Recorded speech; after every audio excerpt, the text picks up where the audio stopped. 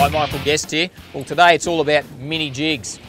Fishing the edge, we get up to all sorts of different things, but today we're going to chase a few kings, sambos and amberjacks on some little jigs. Important to use your electronics, your sounder, GPS, find the fish, stay on them, get one of these little fellas down, make it look like a fleeting bait fish and you should get hooked up.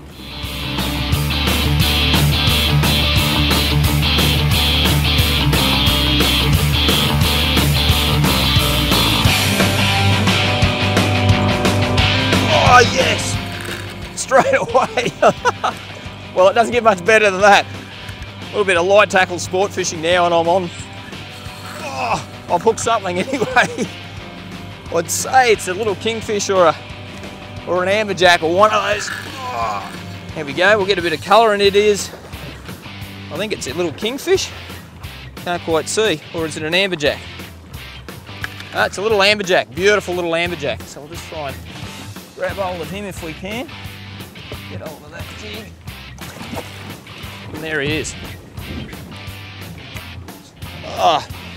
So it's not always about catching great big fish. It's all about really maximising the fun you can have with the tackle you've got. So there's that little jig. He's looked like a little fleeting bait fish. And it's produced a beautiful little amberjack. The colours in that, magnificent little fish. And they are such a hard fighting fish. Similar to a kingfish, and of course they go much bigger than that, but on that light tackle, great fun. And I'm sure if I drop a few more down, I can see them on the sander there behind me, there'll be some bigger ones as well. Now, I've marked some great fish on the sander here. I'm thinking they'll be kingfish and amberjacks and so on, just on a little bit of reef. Plotted the point in with the GPS, just hit that waypoint button twice, marked where they are. I can look at my drift angle when I drift back away, but some great showings of fish there. Pretty simple now. Drop that little jig down, crank him to the bottom. You can either jig him up and down or just wind it flat out, and it shouldn't take much to get hooked up, fingers crossed. There's no doubt this is great fun. Great way to hone your angling skills as well. And look, when you get a bite like this, it's almost a bite per drop. So it's a great way to get the kids started, although you want to make sure they've had their wheat bix so they've got a few muscles before they go tackling some of these fellas. And this is not a big fish by any means, but I think it's a little bit bigger than the last few I've caught. But just working that tackle, it's maximum. And every rod's designed to take a certain amount of drag, and I've screwed that drag up fairly tight there. And if you watch your gear, you really learn just how hard you can pull, and that's the difference between breaking a rod, losing a fish. You learn to dip your rod and let that fish, when it loads up, don't pull back at it, let it take that line. And obviously it's important to have smooth drag systems as well.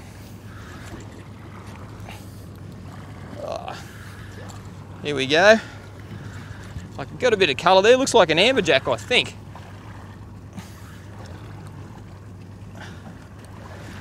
Or a kingfish, can't quite tell.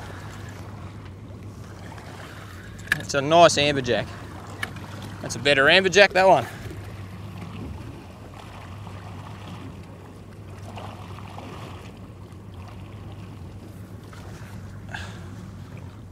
So if we can't just get onto that jig. There we go. Now that's a better amberjack. Beautiful fish. Once again, he's nailed that jig in the corner.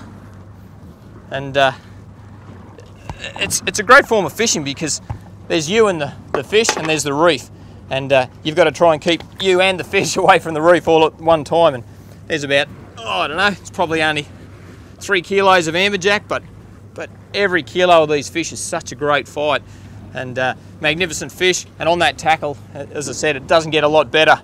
We're between tide changes. We're going to have a nice fish this afternoon, and we're filling our time in with some great fun on the mini jigs.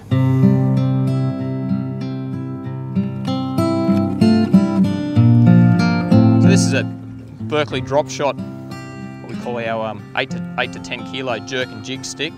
And we've got a Sauron reel here, one of the Abu Saurons. This is a size 60. Great reel, 11 ball bearings, and some code red braid, 14-pound code red. So pretty well identical to a snapper, a heavy snapper outfit that you might use for chasing snapper either on soft plastics or bait.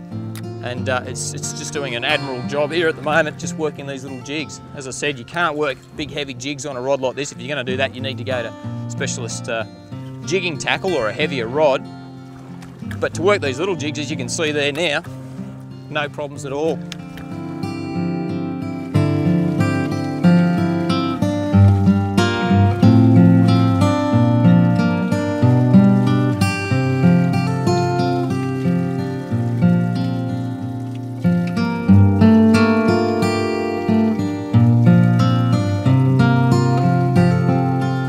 Nothing fancy there, bit of 60-pound fluorocarbon leader, blood knot onto my jig, double uni knot, back onto a double into 14-pound code red PE line, away you go.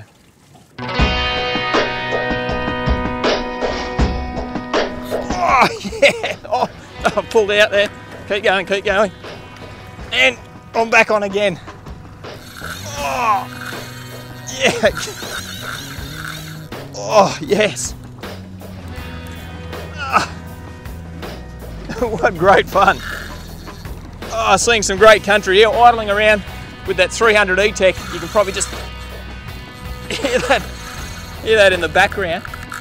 We're only using 0.7 of a litre per hour, which is just amazing fuel economy. So even though we're not anchored up, it's certainly not an expensive form of fishing this. It's just a matter of believing in your electronics and getting down there and having some fun. And I'm going to get into this. This one's giving me a bit of curry. A lot of you heard about high sticking a rod. Well, what's high sticking a rod? Well, it's really taking it past the point of no return. If I lift that rod right up really high and that fish lunges down, you're going to break the rod. It's as simple as that. So if you work in a plane,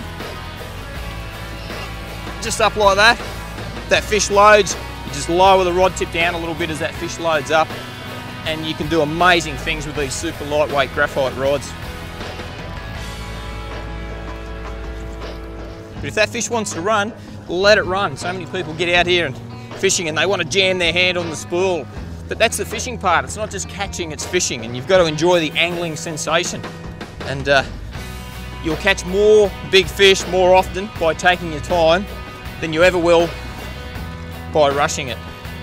I can see some colour here. Just wondering what I've actually got here. He's slowed up. It's quite a nice fish.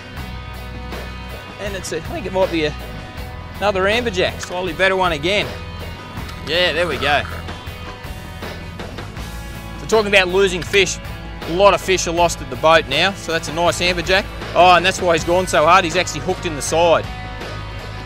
So they must be pretty thick. I pulled out of one, I've had a bite, and then I've ripped the jig up the side of this one, so they're obviously pretty thick down there at the moment. Let's take a little wrap like that, and then safe thing to do is grab the jig. I've got the jig, I've taken a wrap, I'll just do a quick comfort lift, and straight away fish is upside down. Oh, and I've got that fish under control. Get that hook out, get that hook away from yourself. If you're going to get hurt, then that's how it's going to happen, by the hook. Amberjacks, kingfish, Samson fish don't have teeth. It's safe to stick your hand in there and support that fish. Quick photo and let him go, or if you want to eat one of these fellas, then you can always do that, bleed the fish and get it on ice quickly, but I think we'll let this fella go. Whew, all right.